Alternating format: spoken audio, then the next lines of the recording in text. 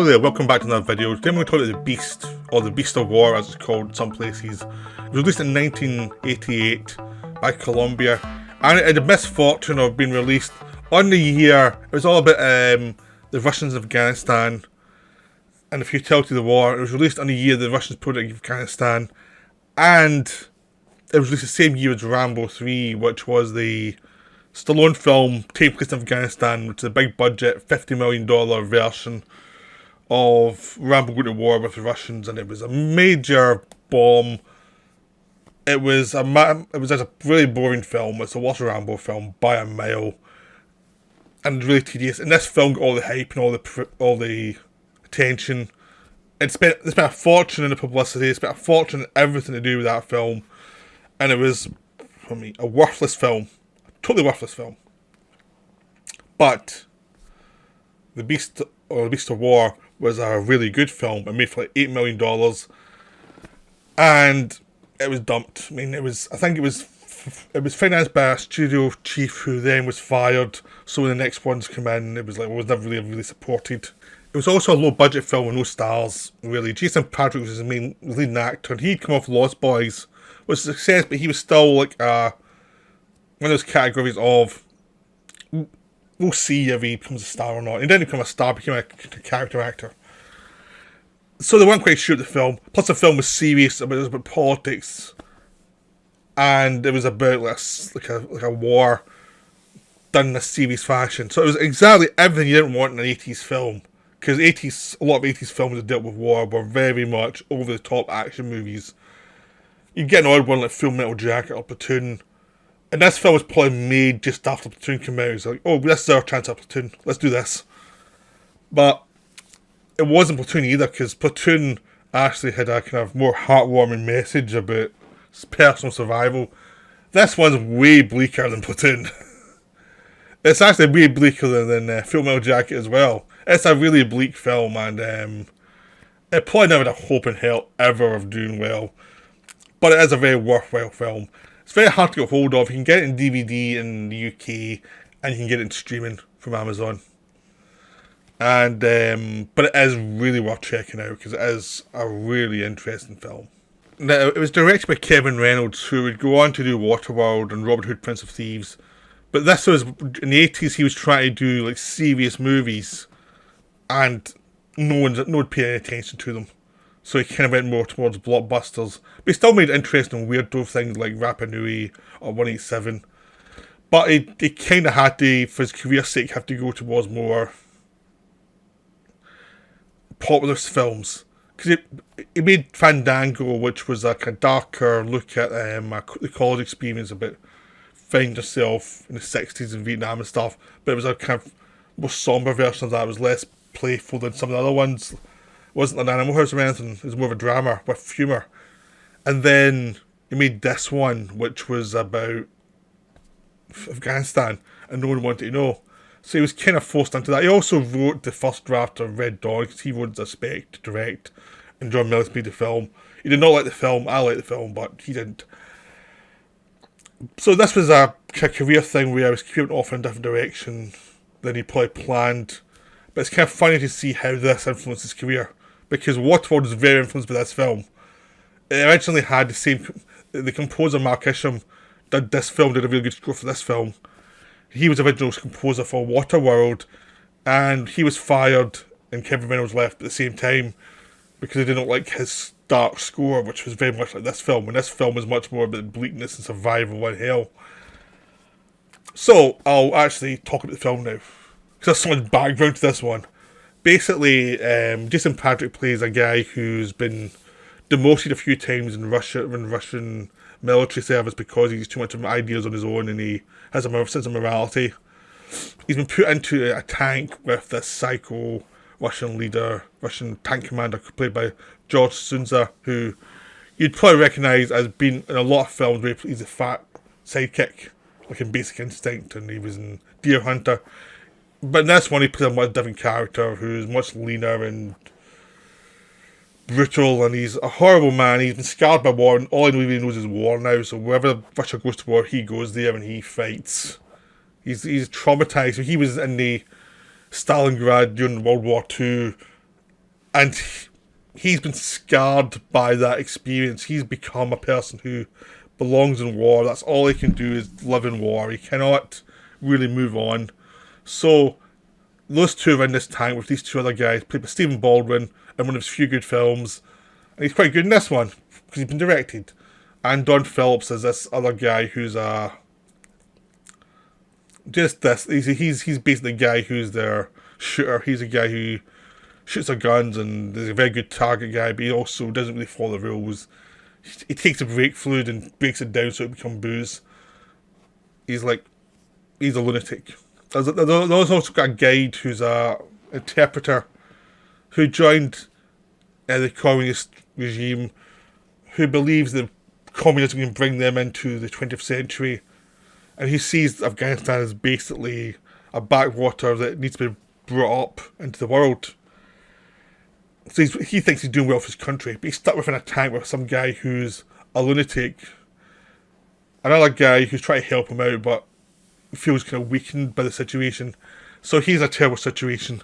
And at the start of the film, you see him attacking a village. And not just attacking, destroying it. They're part of a tank brigade attacking this village for a reason you don't know. They think it's just they think these people are just like rebels. So this is the first year of the war. So this is early on in the war. This is before the war really started up. And they're attacking people just out of ignorance. They don't quite know who is what, but they're killing innocent people and creating a sense of all these soldiers who are going to become part of the rebellion against them. And they're creating them consistently just by not knowing what they're doing. I mean, they're basically ignorant. They're completely ignorant of the environment they're in, the people they're dealing with. They just kill. That's it. They're just these faceless monsters who kill. So you see it from the point of view of Afghanistanis who just see these monsters who come down and kill them for no apparent reason. And they kill their families, destroy their children. And then there's also then you see the Russians from inside, and they're much more broken apart and at each other's throats. But at the first point, you see them attacking this village.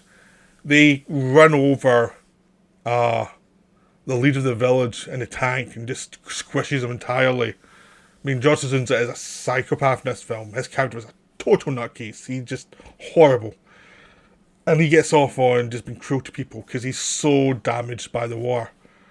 So as the tank goes away, it gets lost because it takes a wrong turn and goes into this area that there's only an entrance and an exit. You can't get out any other way. You have to come back through this pass. So they're lost. Part of the map's been burnt up. So they're trying to get back out of this range and trying to find a way home. But as they do, they're getting attacked by the people from the village, which they just destroyed, who know they're in this pass. They know they're gettable. They've got an RPG, and they've got some rockets, and they've got a lot of vengeance in mind. So you've got two different factions. You've got the faction who are basically the scavengers, who are viewed by the villagers as scumbags, who are the worst of the worst. But they want to help out, and there's also Stephen Bauer, American actor playing this is all American actors playing Russians or Afghanistanis. I mean, that's just the way it is. They bring in some actors from the area as well, but the leads are played by people from America. And he's basically, this is his best performance. He was in Scarface, and he worked in films, but usually he plays a bland character, but here he actually gets to show what he can do, and he's actually very good in this one. Playing the son of the village leader who's been killed, and he has to take it up. And he has to lead the charge against the Russians. And he has to do the hunt. But he has to deal with his cousin who is a scumbag scavenger. He's getting assistance by his uncle who's injured. And they're starting a chase against them. So they're going to be chasing the whole film. So you're getting from 2 points of view. You're getting it from the Afghanistanis, and you're getting it from the Russians, and you're getting them both points of view. As this situation gets more and more out of control. As the Russians start fighting each other to Tom's breaking point, as the Afghanistanis are starting to disagree with a lot of things, and the wives want to come along because they're angry and they're very vengeful, and they're getting told don't, but they completely disobey the orders anyway, because they're going to keep coming along and causing havoc for everybody. And it just shows you basically how one action destroys the lives of people and turns what are normal farmers into jihadis. Just one simple ignorant action. And it's just the idea about war. War creates more war. It creates victims and it creates people who need vengeance. And then you've got people who are fighting that urge in themselves, like the Stephen Bauer character. You have people who understand that, like the Jason Patric character, who understand doing this is just going to create more war. It's not going to work. And that's what gets him in trouble all the time with the Russians, because they don't want to listen to him. And the George Sunter character hates him because he's viewed as intellectual. He's not one of the men of the people. He thinks too much. And that gets in the way of the bloodlust that Sunter character has. So the first half of the movie is about the escalation of all these sides. And the second half is about what happens after an event that turns everything around. Where basically the Sunter character kills their aide just to do it, just to be sadistic, because he's a Muslim, and that's it. Jason Patric objects to this. He's abandoned within that area, and he's tied down with a grenade put in his back of his head just to lay there and die, basically. He is rescued, because he's been talking to the Afghanistani guy. He knows some of the language now, so when he's being attacked by the Afghanistanis, he knows some words to get them to not kill him, basically. To force the rituals of, you cannot kill a stranger who asks for safety. And basically, he starts helping them take down this tank. Because the beast is a tank, and that's all about the thing, is taking this tank down. It's the thing that brings Afghanistanis into focus. It's the thing that protecting the tank is what makes the Russians act in stupid ways. And it's just about the grudge fight for this bloody tank. There's one tank in this hellhole. And basically, Jason Patric actually sorts the RPG that's been broken and starts to earn a trust as someone who's actually out the same, even though they're enemies, it's still on the same level. And him and Stephen Bauer character started to form a bond, because they're both thinkers within a world that's crazy and is anti-intellectual and anti-thought, and they're both thinkers and both are strategists who are trying to think ahead to where this leads. So even though there's a language barrier, there's a bond just in their eyes, like they understand each other's point of view, and they're both going to get this tank. They're both going to, as things get more and more out of control, they're both focusing on this tank and making sure they don't get away with it. And as you watch the Russians, they've had a chance to leave in a helicopter. They don't do it because they want to protect their tank. And it just becomes a mania. And it leads to a great final action scene where they're hunting the tank down in the mountains, and the tank's firing at them, and they're running through the mountains. And this is a great, brilliant stylized sequence where so much of it is shot practically, and it must have been hell on the actors. But it's really worth it because you really feel the adrenaline of these people is pushing them forward. And the film is very good at sticking to the characters and having the camera work reflect the character's mood without overdoing it, just suggesting things about the character that doesn't need to be said just by the camera work and by the way it's been shot. It's just old-fashioned camera work. Like competence rather than showing off. But so yeah, this film has a lot of really good stuff going for it. And it doesn't its ending is interesting. I'm not going to say what it is, but it's interesting because it shows humanity, but also shows divisions will remain. Divisions cannot be crossed over no matter what. And basically how the Jason Patric character and the Stephen Bauer character both trapped within their own systems, which are complicated. They're never going to quite escape it, even though they know they're both doomed because of it in some way. So it's a very complicated film. It doesn't offer easy answers. The film also doesn't offer these answers in a kind of didactic way. There's no speeches saying all that stuff like we're both doomed or anything.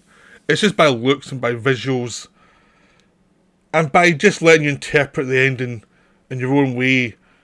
But a lot of stuff suggested just by the way it's been shot and the look of the characters' faces, rather than let's stop and have a speech about how all this is a problem or something. No, they don't do that.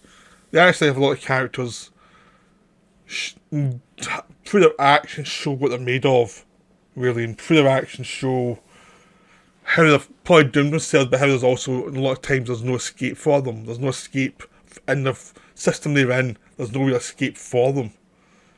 Like neither of, you pretty much expect that they're going to have, after the film ends, a lot of characters are going to have difficult times ahead. But it doesn't explain it in a way of oh, it's all didactic, it's all, let's have a speech about it, it's just more about the implications. So it's a very, it sells itself as an action movie. There's a lot of darker elements that go down throughout the film, that just through people interact with each other, which suggests this thing's going to get worse and worse. Like, this is just the first year, and already it's crazy. So God knows what's going to happen by year 3 or year 5, how bitter they're going to be to each other. Because this is already crazy. It's almost like the Soviets started this thing and just ratcheted it up so quickly to mania, and it just created an enemy that was not going to stand for it. So it's like a really interesting setup. It just shows you the setup and the problem with the conflict. The problem about any conflict, really, where people are defending their own homes from invaders, how it's never going to go well. It's always going to become a blood fight pretty quickly. There's no escape from that. People will protect their homes. So The Beast is a wonderful, underrated film. It's one of those films I watch every so often, and I get real enjoyment from. It's a film that's never brought up as much as it should be, because it's one of the strongest films of the 80s. I mean, I'm really hoping something like Indicator will do The Beast on a disc, because it deserves it. It deserves some Indicator, who do a lot of Columbia titles, and Columbia released this one.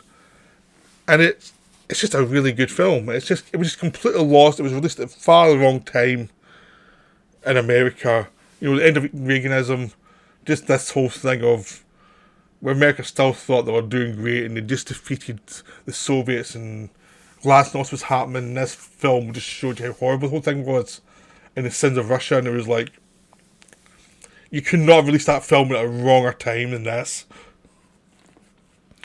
But it's still a terrific film. Very underrated. I'd highly recommend it, so go watch it. The Beast is terrific.